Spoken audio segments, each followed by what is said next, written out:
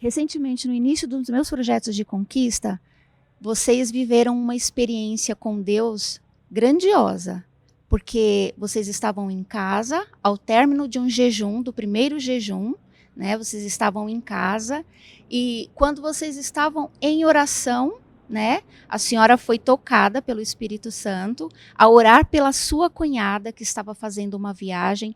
E o que aconteceu? Exatamente.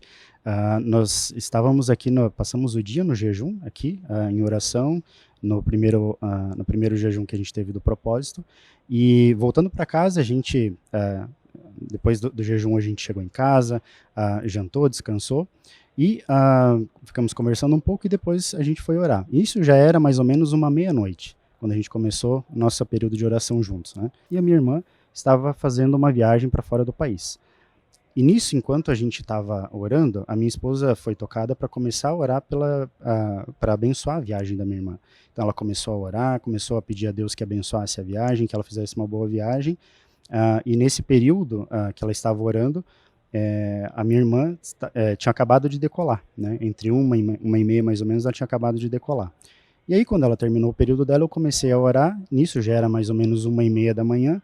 Foi quando a minha irmã ligou, desesperada, chorando, dizendo que o avião tinha despressurizado, né, em pleno voo. Depois de 20 minutos que tinha decolado, ele despressurizou, caíram as máscaras, né, começou aquele pânico dentro do avião.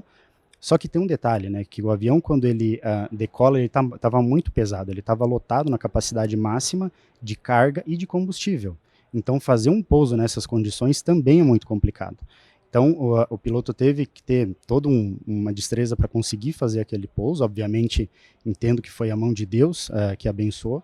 Só que o pouso foi tão brusco, mas tão brusco, que as rodas da aeronave esquentaram tanto a ponto de correr o risco de ter uma explosão, alguma coisa do gênero. Eles não puderam sair do avião durante 1 hora até que os bombeiros pudessem resfriar as rodas do avião. Então, assim, todo mundo estava preocupado, porque mesmo em terra ainda ninguém sabia o que poderia acontecer, né?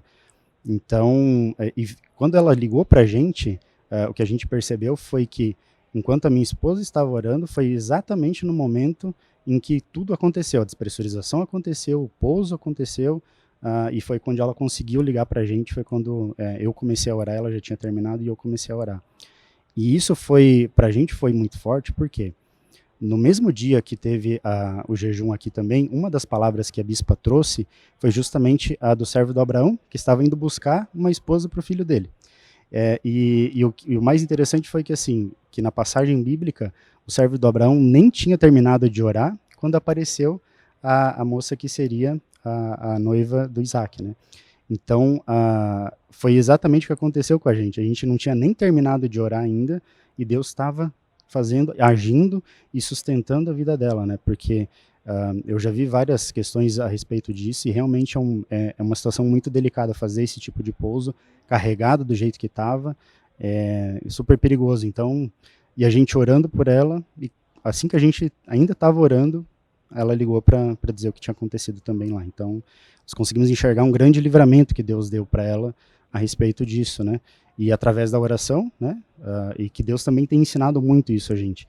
Nós temos aprendido o poder da oração, o poder de verbalizar a palavra, o poder que a nossa palavra tem de falar, de misturar as nossas palavras com a fé, que é isso que a gente tem aprendido aqui no ministério. E não só nessa área especificamente, mas como a gente viu um grande livramento ali que poderia ter sido uma tragédia, a gente consegue enxergar muito mais a mão de Deus agindo na nossa vida.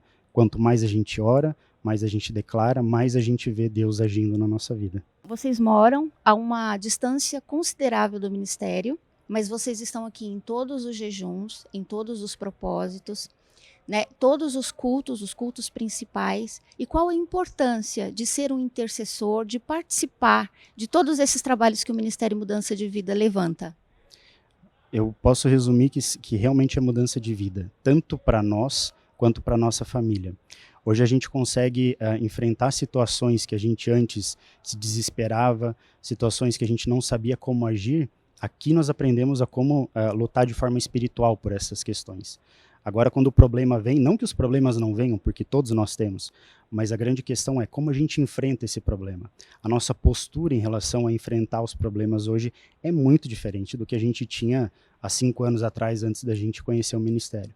Então, aqui nós aprendemos a como lidar com essa questão, a como misturar a nossa fé com a nossa atitude, para que nós possamos fazer aquilo que, poder dar condições para que Deus possa agir na nossa vida.